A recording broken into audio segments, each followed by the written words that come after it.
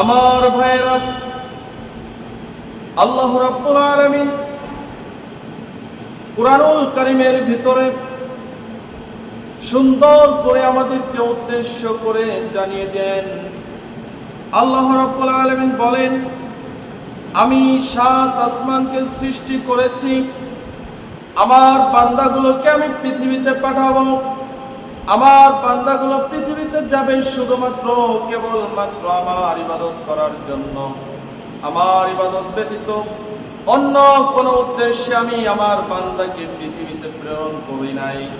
আল্লাহ রাব্বুল আলামিন কুরআনুল কারীমে জানিয়ে দেন, ওয়া মা খালাকতুল জিন্না ওয়াল ইনসা ইল্লা লিয়াবুদুন। আল্লাহ রাব্বুল আলামিন বলেন, ওয়া মা খালাকতুল জিন্না, আমি জিন জাতি ওয়াল ইনসা এবং মানব জাতিকে সৃষ্টি করেছি শুধুমাত্র কেবলমাত্র আমার ইবাদত করার জন্য। আমার ইবাদত ব্যতীত অন্য কোন উদ্দেশ্যে আমি মানব জাতি এবং জিন জাতিকে সৃষ্টি করি নাই। আমার ভাইয়েরা, গভীর মনোযোগ দিবেন, কান খাড়া করে লক্ষ্য করে শুনবেন। আমাদেরকে আল্লাহ রাব্বুল আলামিন পৃথিবীতে পাঠানোর পূর্বেই পৃথিবীটাকে সুন্দর করে সাজিয়ে দিলেন। আল্লাহ রাব্বুল আলামিন কুরআনুল কারীমে সুন্দর করে জানিয়ে দেন, আল্লাযী খালাকা সাবআ সামাওয়াতিন তিবাকা মা তারা ফী খালকির রাহমানি মিন তাফাউত ফারজি'ল বাসারা হাল তারা মিন ফুতুর।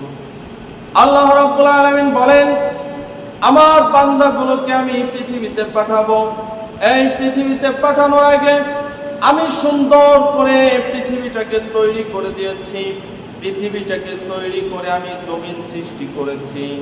তোমরা কি দেখো না 7 আসমানকে আমি কিভাবে সৃষ্টি করেছি, পরপর স্তরে স্তরে।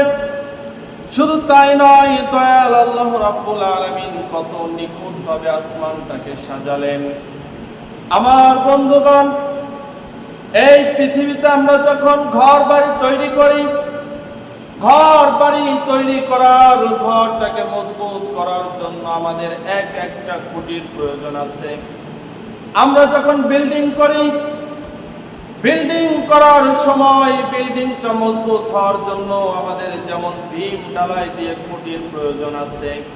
খুঁটি যদি মজবুত না হয় তাহলে বিল্ডিং এর ছাদ খসে পড়ে যেতে পারে।